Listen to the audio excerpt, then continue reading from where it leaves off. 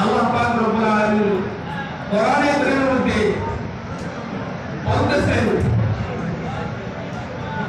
যে আল্লাহ পাক রব্বুল আলামিন যারা মুত্তাকি হবে, যারা পরহেজগার হবে, তাদের জন্য আল্লাহ পাক রব্বুল আলামিন সেই জান্নাতকে উত্তরাধিকারী সম্পত্তি হিসাবে রেখেছেন।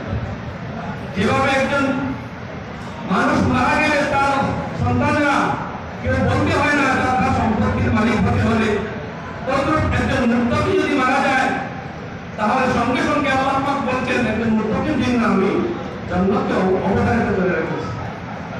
এবং সেই মুত্তাকি হতে হলে আল্লাহ পাক রব্বুল আলামিন আমাদেরকে নির্দেশ দিচ্ছেন আমরা এক ওলিয়ে কামিলের সম্পর্কে আশা করি। আমরা যারা হযরত শেখ বদরপুরি রহমাতুল্লাহি তাআলা আলাইহিকে পেয়েছি, আমরা একটা বুঝতে পেরেছি যে হযরত শেখ রহমাতুল্লাহি তাআলা আলাইহি ওলিয়ে কামিল ছিলেন সেই সময়। আমরা যারা দ্বিতীয় আমিরুল শরীয়ত পেয়েছি, আমরা অনুধাবন করছি আজকে যে হযরত আমিরুল শরীয়ত রহমাতুল্লাহি তাআলা আলাইহি যে ওলিয়ে কামিল ছিলেন তাতে কোনো বিন্দু বিষয় কোনো সন্দেহ নেই।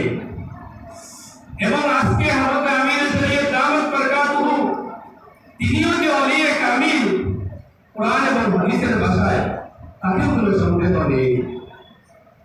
সেই আয়াতের তরজমা তাফসীর করতে গিয়ে কিতাবের মধ্যে লিখতেছেন যে আল্লাহ